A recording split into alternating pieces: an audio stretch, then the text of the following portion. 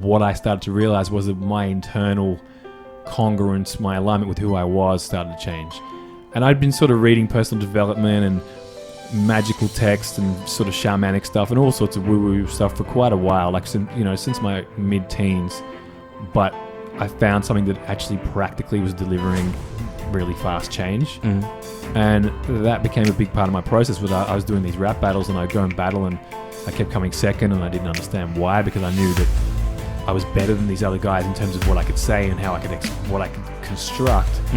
But the way I was on stage was a little restricted, or a little, I had all these little weird sabotage patterns going on. And when we started clearing them up, I started winning, and I started winning quite easily, and I started winning really consistently, and just for a period I was just beating everyone. And I flew down to Melbourne and competed nationally and battled internationally, and this was from someone who was just sort of stuck at a certain level. I started to jump really quickly, and it wasn't because I was practicing anymore, or it wasn't because I'd suddenly got my technical skills better. This was the Reiki stuff. Well, this was kinesiology. This was clearing. This is freaking insane, man. Yeah. You know what I love so much about this story? It tells like a kung fu movie. I, by the way, am obsessed with kung fu movies, and a lot of these kung fu movies are around these incredibly powerful martial artists, okay, that are incredibly powerful, but there are all these other guys that are much more powerful than them, and somewhere down the line, they meet some mysterious kung fu dude that uses this special acupuncture stuff and that opens all of his chakras, and he's like,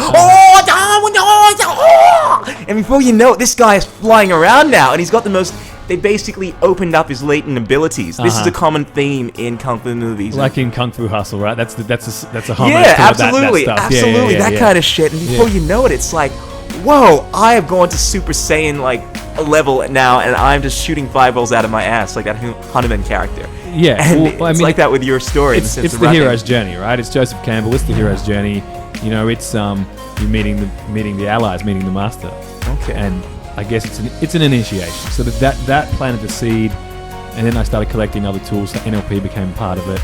I'd already learned Reiki, and that sat in the background. And I just started collecting self-change tools and personal development tools and healing modalities and little tricks and tactics. And I really, lots of the stuff that I use are really behavioral models. So, a lot of Carl Jung's ideas. I really love archetypal sort of thinking, and Joseph Campbell, hero's journey, and anything like that. The use of metaphor, the understanding of various levels. So spiral dynamics has played a big influence in how I structure the products and the packages and the processes I take people through. But essentially, my business partner Grant refers to it as basically we've created the MMA of personal development. That's freaking insane. Yeah. Man. Well, that's the fundamental idea, approach to everything. That's Bruce Lee's philosophy. To take what works for you, to throw away what doesn't, and to add your own. That's synthesis mentality. And people refer to that as the MMA method. That's the basic tenet within, I would say, a lot of the Confucianist schools of thoughts. I mean, basically taking what works, not relying on necessarily one mode of anything. You know what I mean? Well, that's hip-hop. Absolutely. If you look at, there's a great book called The Pirate's Dilemma, and it's basically about how underground culture, pirate culture, as it's called in the book, impacts on capitalism and vice versa. Okay. And it uses a lot of metaphors about sort of the first hip-hop block parties where they're stealing electricity from a street light to power to turntables, and how everything is borrowed and assimilated, and it's all patchwork together, and it's just taking little bits from everywhere to make something new. That's crazy shit, man, because as I agreed with you, I was like, what? Hip-hop is like taking everything from everywhere?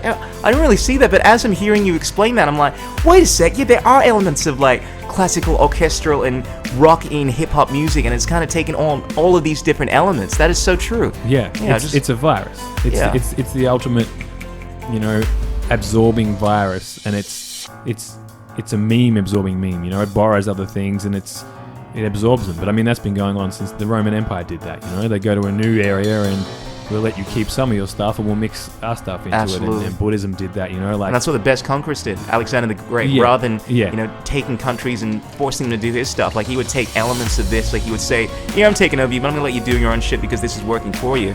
And that's what made him so great. He actually assimilated lots of ideas from different cultures. That's it. And he could chop things in half with a damn straight sword. Damn straight, man. It was like a Genghis Khan, man. Took no shit and But Faizan, so you obviously you took on all of these different elements, from Reiki to NLP to your ideas from magic and the occult and all that kind of stuff, and you merged it to bring about this. Well, what was yours? What is yours, I guess? Yeah, and I guess, I built a company called the Newton Method.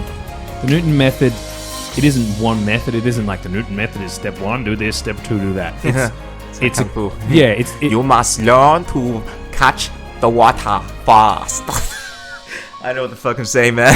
I'm part Chinese, right? That's really offensive to me. I'm sorry, man. I'm sorry. Shit.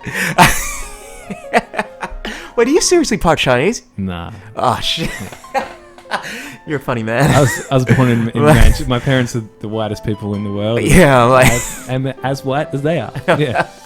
Okay, but that's interesting, man. Yeah, I just thought I'd just see how you went with that. It's like making mum jokes and my mum's dead. It's always for a split second there, man. I was about to apologize. You got to commit with those. I think that's you gotta, the thing. You got to commit, but yeah. bruh. You were saying, man. I got a magic sword. Did I mention that? You have, bruh. Now we're going to wacky land. This is the shit that I like to go into the Crystal Journey podcast. You not only have a sword, which is kind of like what the frack in this 21st century Aquarian age, man. You have a magic sword. Well, how does that work? Basically, Excalibur or something. Standard Gary sort of month. Last month I was up in Brisbane and I was down in Byron. Okay. Byron always gets a little bit magical, so. In addition to visiting some friends at the Crystal Castle, which actually is a castle full of crystals, it's not just a suburb name. I also went and worked with a few different people, and one of the ladies I worked with paid me in a magical sword.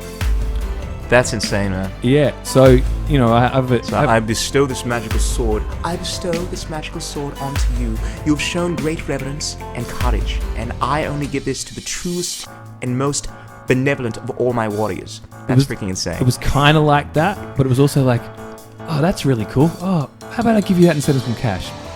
And then sensible brains going, don't take it, Gary. Take the cash, take the cash, take the cash, take the cash, take the cash. And I'm like, yes, please.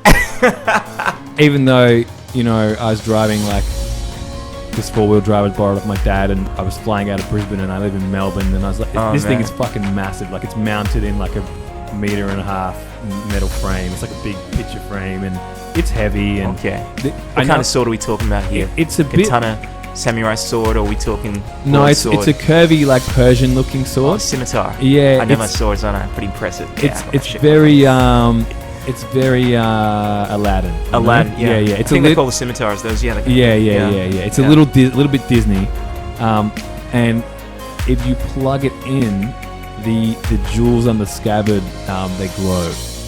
What is this, electronically operated? Yeah. Okay, so this isn't full on authentic, man. This is. I'm pretty sure this sort of killed people. But no, but what I mean is, it's obviously technology. Like, it's not. It's like a. It's 21st century sword. I describe it as a magical sword, So it's going to go on my back wall. I have this big shrine with this ram's skull where my vision board sits. So, I've just realized how comfortable I've gotten with becoming a magical freak. This used to be all secret. Now I'm just like, I've got this vision board with a ram's skull. Me too, man. I put my magical sword behind it. Why not? We're in that age, man. I mean, hell, I mean, it is pop culture now. The zeitgeist is to be into all this hippie shit. It's actually weird for people being like, what? I just believe in science, man. I don't believe in any kind of magical. That's what you're fucking weird, man. You know what I mean? Magic was the first science, And absolutely. It's just a science that we don't fully understand in this day and age because we don't have the instrumentation to be able to recognize a lot of these things. That's my perspective, anyway. I think a lot of it is. I look at magic as another change work tool to condition the mind to create results the way that it wants. So. It's another form of conditioning and communicating directly to the unconscious, and it's not unscientific in its way. It's a mix. It's more between the borderline of an art and a science, I guess, is how I would look at magic. Okay. Yeah. Because I'm glad we brought this topic up because I know one of your interests is, I suppose, what you might call the black arts, occult, magic, and all that kind of stuff. And as soon as you mention something like that, it generally evokes this image of negativity and craziness and silly, non-scientifically based ideas to people. I think people have a very wrong impression of what magic is. I thought the black arts were like twerking, slanging crack on the corner, getting your car lowered, and just the other black arts. Damn straight, yo, man. I got some black arts, you know what I'm saying, y'all? You mean the white black arts, like what rich old white people started doing? Damn straight, Gary. Yeah. When I'm speaking about the black arts, I'm speaking about ancient necromantic sorcery and all that kind of shit, which I think there is a science to it. I think, my general perspective, I was brought up in a lot of, I suppose, what you call the mystery schools. No big deal. I suppose when most people go through their Christianity or whatever indoctrination is, my dad was a bit of a hippie and was very much into the occult, theosophy, and all that kind of stuff. I spent a lot of time learning about the mystery schools, Pythagoras and all this kind of stuff. And my idea of magic is just things that are dealing with, a lot of stuff coming out of the mind, like psychology, not necessarily based in physicality, but based on other levels of reality, such as the etheric, astral worlds, all that kind of stuff. But this is just my perspective. I know there is more of a precise definition for what magic is, but it's just stuff that we don't necessarily understand in this 5 sense Euclidean meat space level. It's dealing with things that are outside of our normal perception. That's why we say, oh, it's magic, we can't see it, stuff that we don't understand. But when you see people doing things like NLP or mentalism, which is a form of magic, like actually real magic, not fake, I'm making shit up over here. Not rabbit out of a hat magic. Absolutely. It's dealing with psychology that you don't understand. It's very scientifically based. I mean, you're obviously a student of NLP. You understand how you can make people think things, make people see things that they're not consciously aware of, and it seems like magic. And it's basically just psychology, stuff that's dealing with things that we don't fully understand in this 5 sense reality. And I think some people tend to label that as magic. I think there's 2 parts to what you're saying that I'd like, 2 distinctions at least that I would make is, when I talk about magic, I grew up, I was a big fan of Aleister Crowley. Okay. So for those who are listening who haven't heard of Aleister Crowley, look him up. He's he's one of history's coolest characters and villains. The Beatles loved him, everyone loved him. Well, a lot of people refer to him as the evil dude as well. So I'm basically, he was just someone, in my opinion, who had the balls to step into that shadow and own it, and in Victorian England no less. So he's having straight, gay, every kind of sex you can have in a ritual magic sense. He's talking about naming himself the beast and invoking demonic powers and so on. But at the core of his writings, he was actually a mystic, philosopher, poet. He was a fucking genius, basically. Crowley's definition of magic is that magic is love under will. So it's the ability to bring about change through intention. That's what magic is, the way he would define it. That is powerful and the coolest definition I've ever heard. I don't know if it makes any sense, but it sounds freaking cool. My heart resonates with that.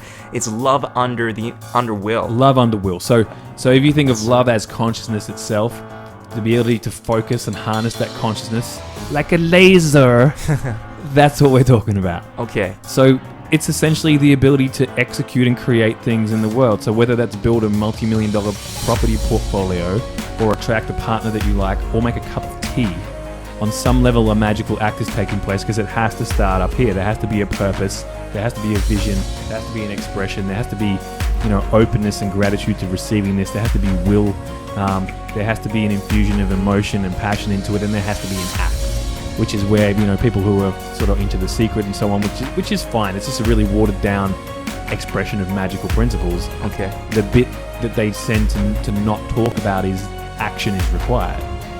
If I'm just meditating on winning the lotto, and I buy a ticket, whatever.